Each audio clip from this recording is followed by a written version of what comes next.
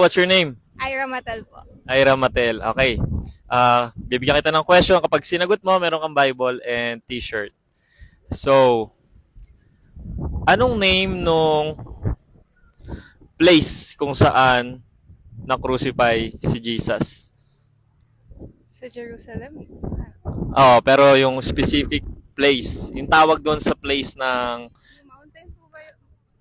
kaya na pinag-crucify, kung saan siya na-crucify. Letter G. G? Yeah. Gethsemane. Ano yun? Hindi ko sigurado. So, you can guess. Gethsemane? Doon siya nag-pray sa Garden of Gethsemane bago siya i-arrest. Yung lugar, yung tawag doon sa lugar kung saan siya na-crucify. Another clue po. Tawag dito Place of the Skull. Pero yung tawag sa kanya letter G. G. Ano yun? Wait lang po. G-O. Go? Yeah. Alam mo? Pero alam mo. Okay. G-O. Go! Yeah, guess. Hindi ko po sure. Guess. Third letter po. G-O-L. Goal. Yeah. Hala, hindi po ako sigurado. Ano yun? Siret na. Yes po, sirat na. Golgotha. Or the place of the skull. So, yun yung tawag doon. Sinagot mo naman, so may Bible ka pa rin. Ano gusto mo? English, Tagalog?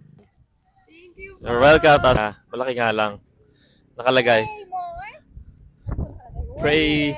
Pray more, worry less. Ayan, thank you. Good job, good job.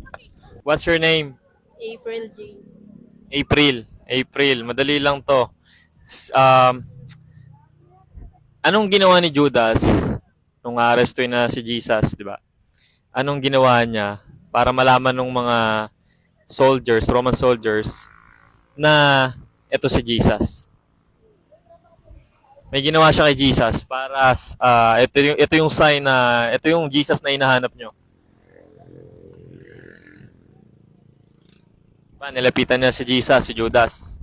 Anong ginawa ni Judas sa kanya?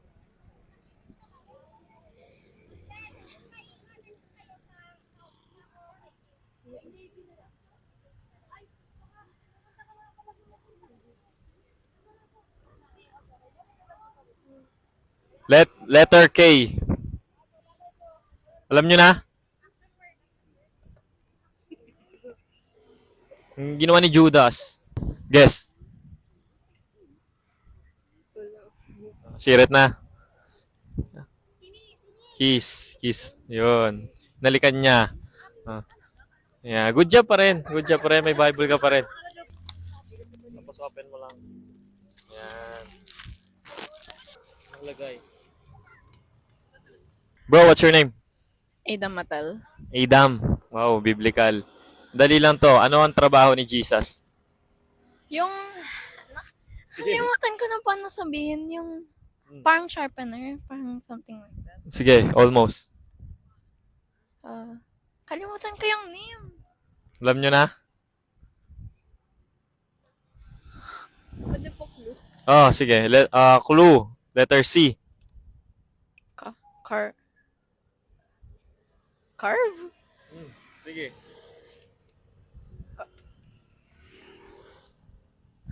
Lapit na. Tama na yung sinasabi mo. Car. Vis? Almost. Carver? Ilan taon ka na? 11. 11 pa lang kasi siya, ano. Siret?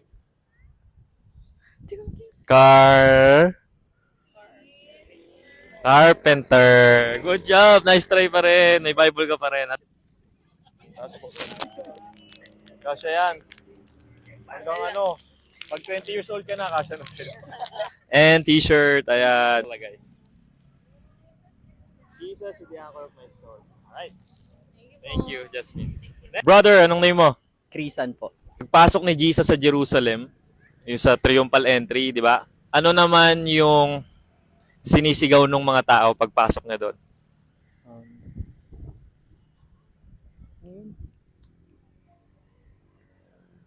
Pasok niya, may sinisigaw yung mga tao. Kanta rin yun. Hosanna? Hosanna is correct. Alright, good job. Nakalag, or he has sakto. Sakto, no? Bro, what's your name?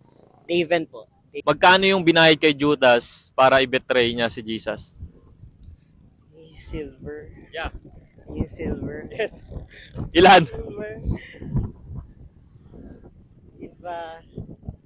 Diba, 13 pieces of silver. Final answer? Final answer. Final answer. Guys, 13 daw. Silver. Final answer. Yes, final answer. The correct answer is 30 silver. Sayang, 1-3 pero 3-0 yung binayad sa kanya. Good job pa rin, bro. Alright. Sinagot mo naman eh. So, may Bible ka. Anong gusto mo? Tagalog, English? English na lang. Yan. Nakalagay, bro. Only Jesus can turn a mess into a message, a blessing that a testimony, trial into triumph, victim into victory. What's your name? Daisy po. Daisy. I'm gonna ask question. Kapag sinagot mo, may Bible at t-shirt ka. Okay? Madali lang to. Ano ang Greek word ng it is finished? It is finished. Greek word of it is finished. Last word ni Jesus. John 19:30. Bago siya letter T.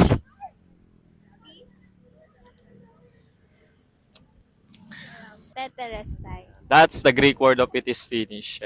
John 19:30. Open mo lang. Love like Love like Jesus. Hey. So, what's your name? Carl Lewis. Carl Lewis. Alright. Nung binuhat ni Jesus yung cross, may tumulong sa kanya na buhatin yung cross na yon. Anong name ng tao na yon? Ala, nasa dulo ng dila ko. Sige, take your time. Bibigyan kita ng clue. Sige. Letter S.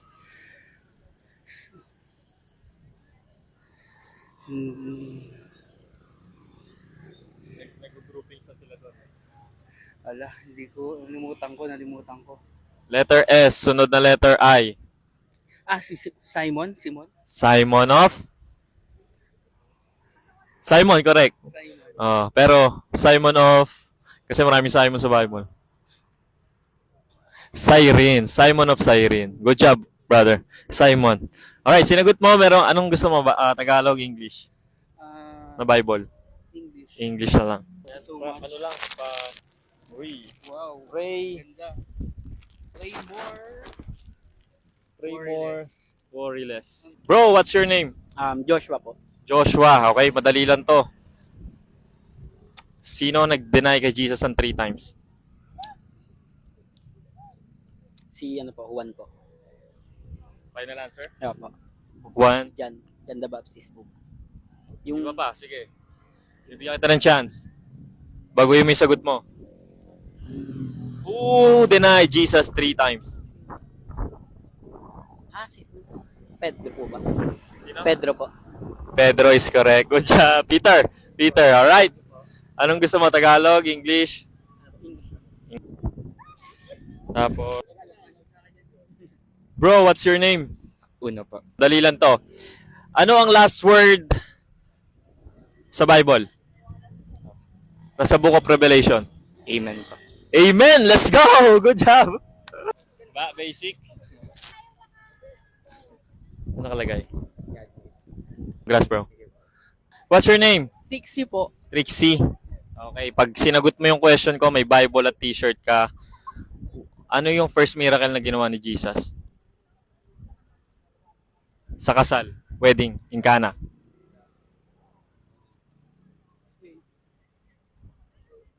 Nasa kanta to. Our God is greater. Yung umpisa nun. Yung umpisa nung kanta na yun.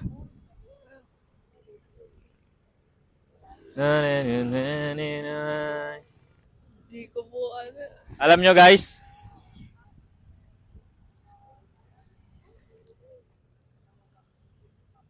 Yung kanta alam ko pero Alam yung kanta. Sirit na.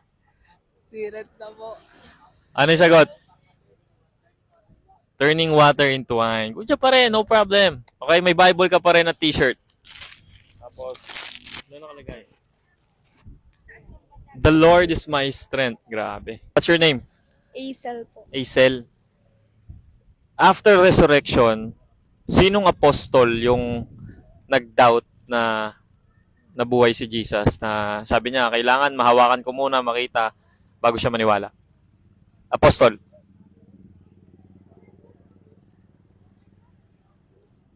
Sino yun? No. May sagot na sila. Sila po yun. Letter T.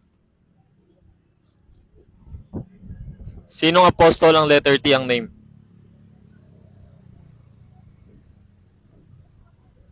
Sino yun?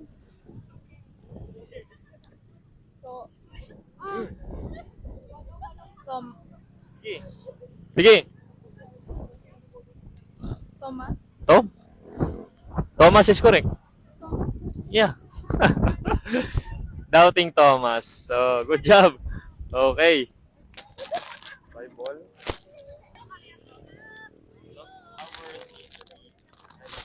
What's your name? Precious po. Precious. Ilan taon ka na? 12 po. 12?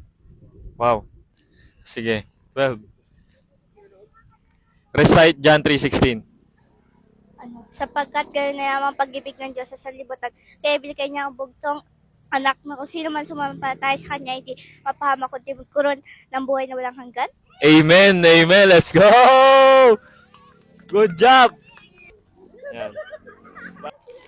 Good job. What's your name?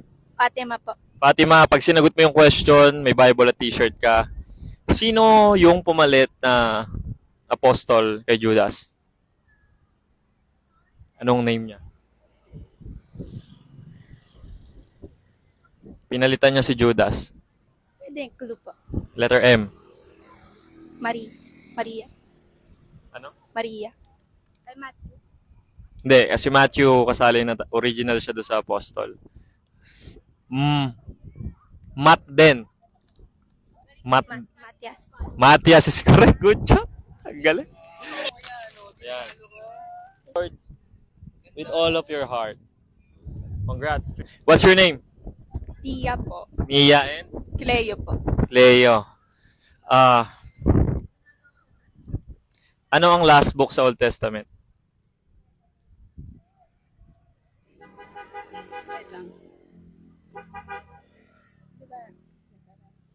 Clue. Letter M. Mika. Mika na humhabakok sa panayahan. Malakay. Malakay is correct. Good job, guys. Good job. Good. Nag-excite pa talaga. Good. Sino ang tatanggap? God made. Congrats, guys. Congrats. God bless. What's your name po? Jofel Grepo. Jofel. Madali lang po yung question. Ilang books ang meron sa New Testament? Oh my goodness, I forgot. 10, Yeah. 26? Almost? Almost? 27? Correct. Alright, good job. May Bible po kayo at t-shirt. Wait. Congrats po. Hello, anong name mo? Jasmine Joy po. Jasmine Joy. So, tatanungin kita ng Bible question. Kapag sinagot mo, meron kang Bible at t-shirt. Okay? So, since Holy Week ngayon, your question is, anong hayop yung sinakyan ni Jesus nung triumphal entry niya sa Jerusalem? Diba, nag-Palm Sunday lang. Nung pumasok siya sa Jerusalem, anong hayop yung sinakyan niya? Ano po yun? Wait lang, nasa dulo po siya nandito. Sige, take your time.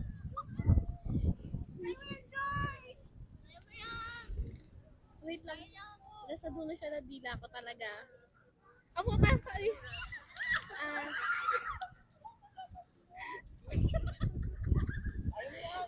Ano po? Clue, letter D. Donkey. Donkey, good job! Woo!